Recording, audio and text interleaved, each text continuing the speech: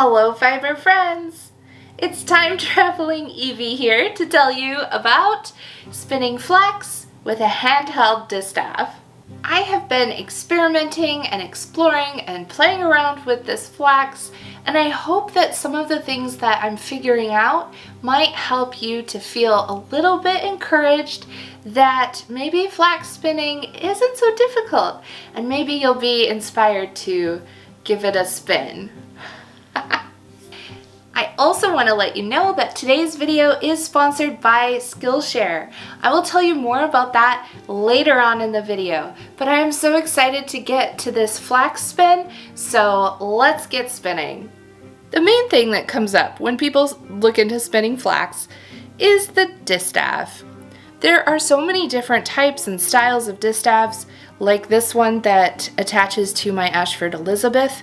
A belted distaff is another type of distaff. It's fairly long and it is very useful, especially if you're spinning with a spindle and you want to be mobile and walk around with it. You can see an example of this type of distaff in use in this illuminated manuscript, which is the inspiration for the costume that I am wearing today. I just really want to dress up like all of the spinners from the illuminated manuscripts. Every single one. That's my lifelong dream. However, from archaeological evidence, we know that Viking Age Scandinavia was not using these long belted distaffs for their spinning. They were using much shorter handheld distaffs. There is one that is this length that was found in the Oseberg burial site. So we know that they were using handheld distaffs, which are so much shorter. Can this work for flax?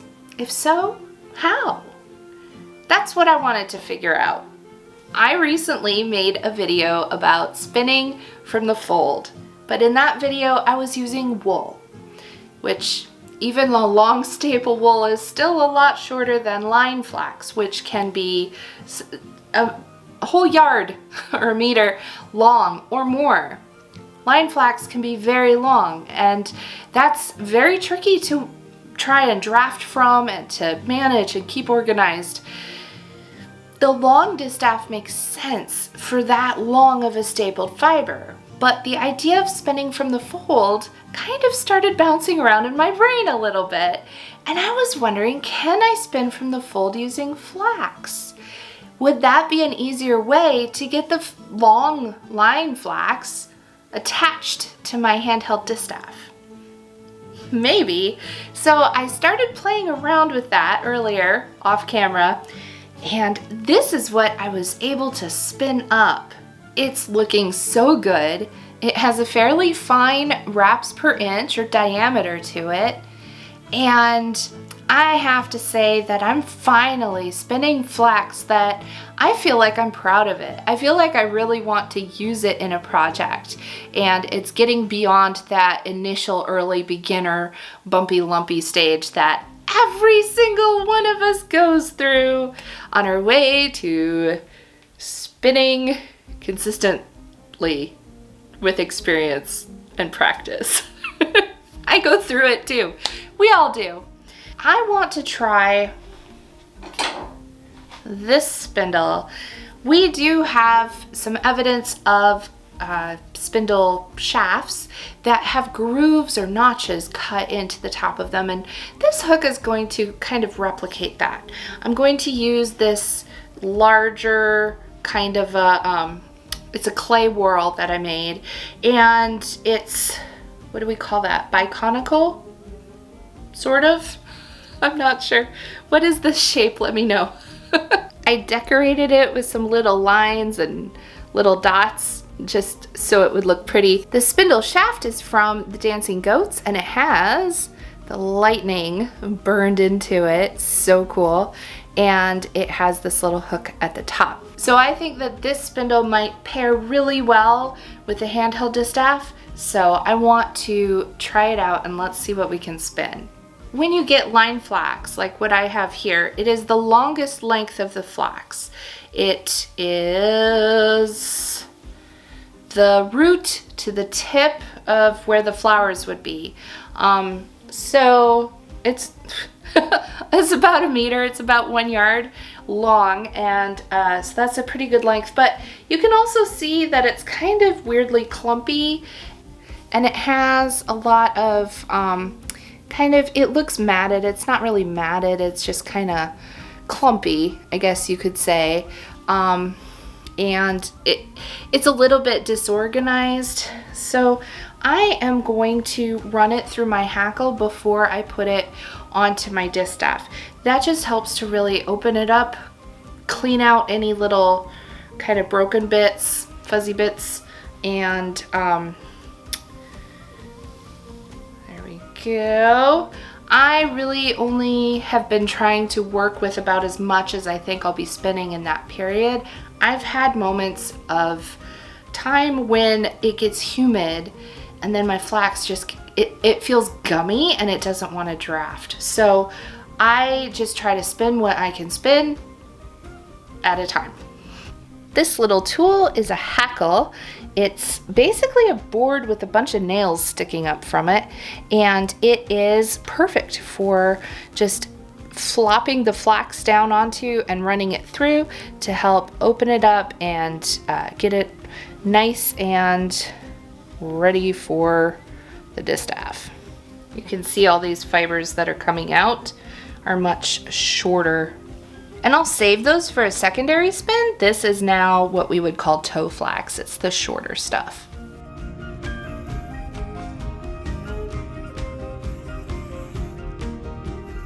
Now it's time to get this flax onto the distaff, and I'm going to do this by folding it over in half. And then I'm going to get a little gauzy bit of it started and wrapped around the distaff, and I'm going to keep turning my distaff and letting the flax wrap around and around in sort of a gauzy web type of a fashion.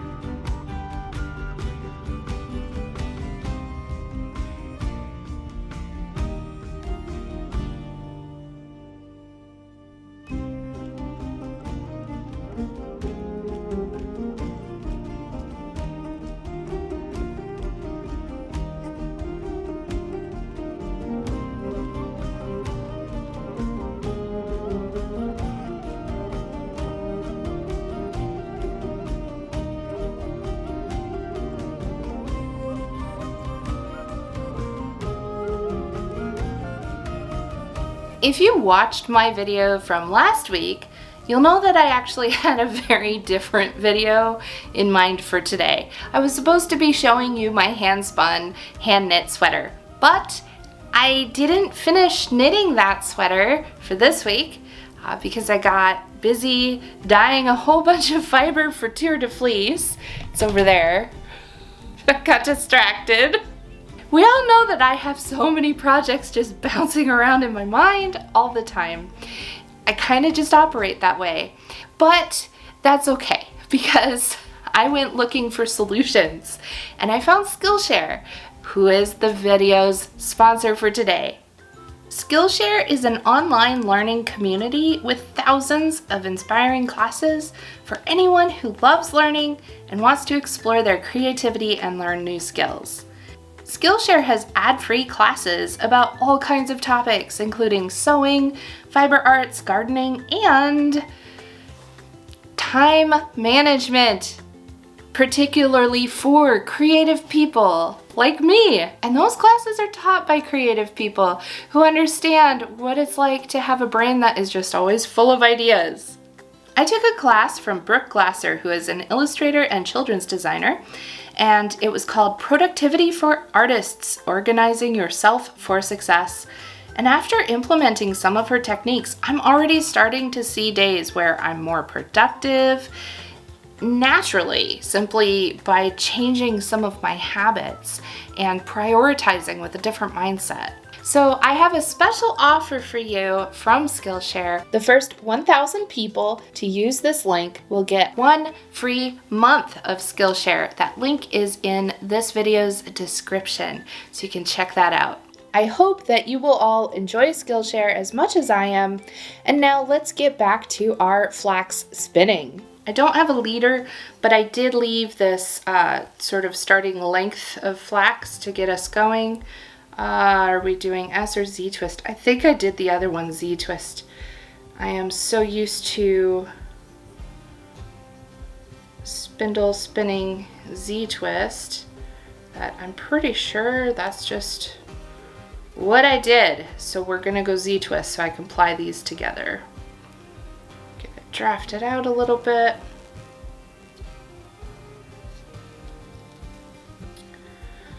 Getting it started is always tricky because there's just whatever it's holding on to, it just doesn't want to draft. I'm holding to both sides of the staple. So we'll just, I don't know. We'll pretend it's good. Go ahead and wind it on and get to the spin. So far, this is very, very, very fine linen. Like very fine linen. It's finer than the other spin I did. Check this out. That is some fine linen thread right there. Look, can you even see it in the camera? It's so thin. It's awesome.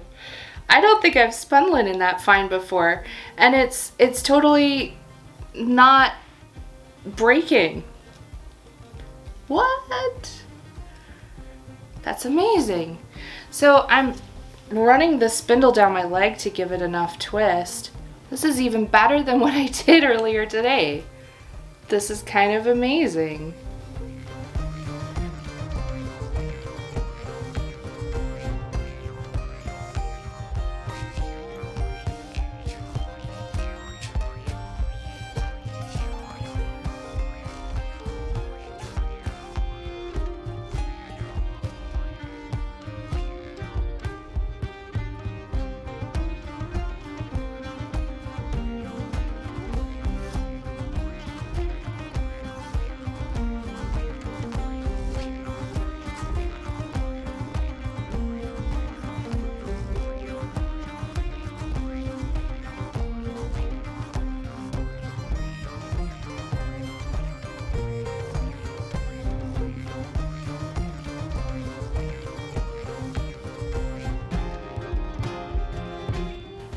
I've been spinning for a few minutes here and it's going really well. The consistency is awesome.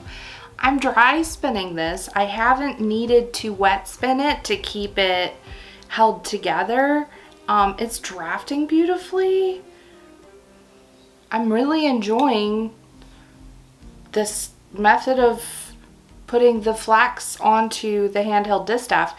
And a couple things. One, you notice that I don't need anything to hold the flax on. I don't have any ribbons or bands or anything tying it on. It's just there because it's wrapped around. It's just because it's the staple length is so long. It's holding itself on, which I find interesting because there are pictures that I've seen where you don't see any ribbons or anything. And of course, sometimes, I mean, it's illuminated manuscript.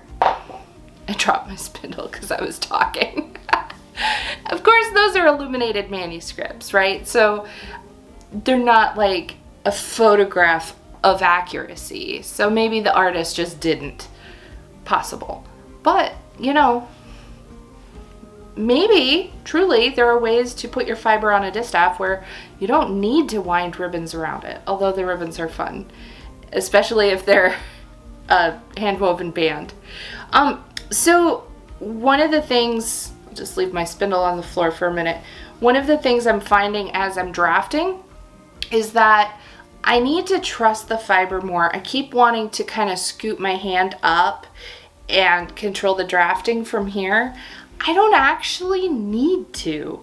The way that I'm controlling the draft is by rolling the distaff back and forth. So if I want it to release more fibers, I roll it against the direction that it was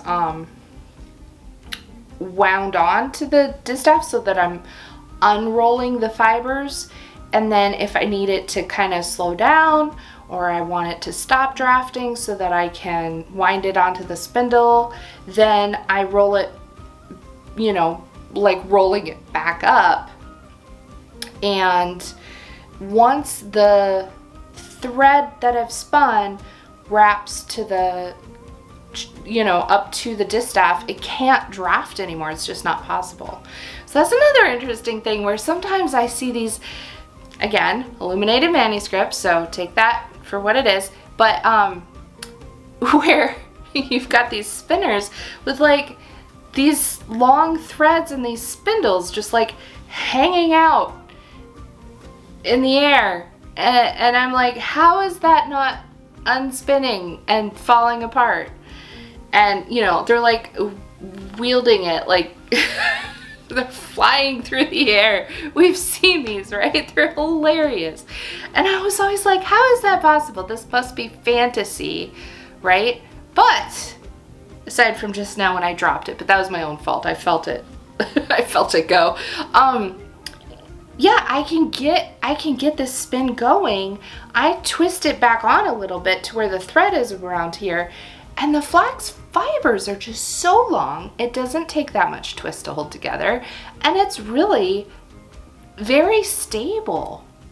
So I'm finding all of this fascinating, and I'm definitely going to keep experimenting with this flax from the fold method of wrapping it onto a distaff because it's working really well. I better pick up my spindle. Even as I'm drafting, the fibers are staying really stable on the distaff. Every now and then, I just kind of twist it and hold it, and that just sort of smooths everything down. And I haven't had a problem with them becoming too disorganized. A couple times I've had, like, if they were folded on here, they kind of unfold and the whole length of it starts to come out, and that's difficult to draft against. If it's still the folded fiber on here, then I have no trouble drafting against it. So I find that interesting as well. When that happens, I just stop the spin, fold those fibers, wrap them back around, and then do a join and pick up spinning. So what does a join look like? I'll show you.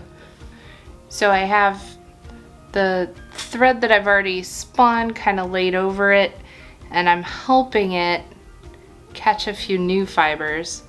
And then once the spin gets going and they twist together, we're good. I also find that it helps to draft from the bottom more than off the outside here. I was drafting off the outside here just a moment ago and realized that I was getting some thicker sections that were difficult to kind of draft. But if I stay towards the bottom, it's easier to draft. It doesn't get hung up so quickly. This is how this flax is spinning up. My linen thread really is thread. It looks like I have about an 80 wraps per inch, and that's just like the yarn that I spun earlier today with the other type of spindle. So I'm able to keep it consistent from spindle to spindle, and that's really exciting. So my plan for this yarn is to ply it together, and I want to use it in some tablet woven bands. We do have some archaeological evidence that some of the bands that were woven were a combination of wool and linen. And in some cases, depending on the environment where those bands ended up, sometimes the linen has decomposed and left the wool behind, and so we get gaps in the weaving. And I would really love to explore playing around with some linen and wool hand-spun tablet woven bands. I'd especially love to use some of that for the trim on the historic costumes that I plan to make. More projects all these things to do.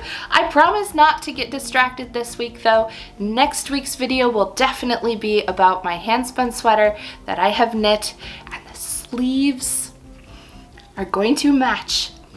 It's gonna be fantastic. So I'll see you then, and in the meantime, happy spinning.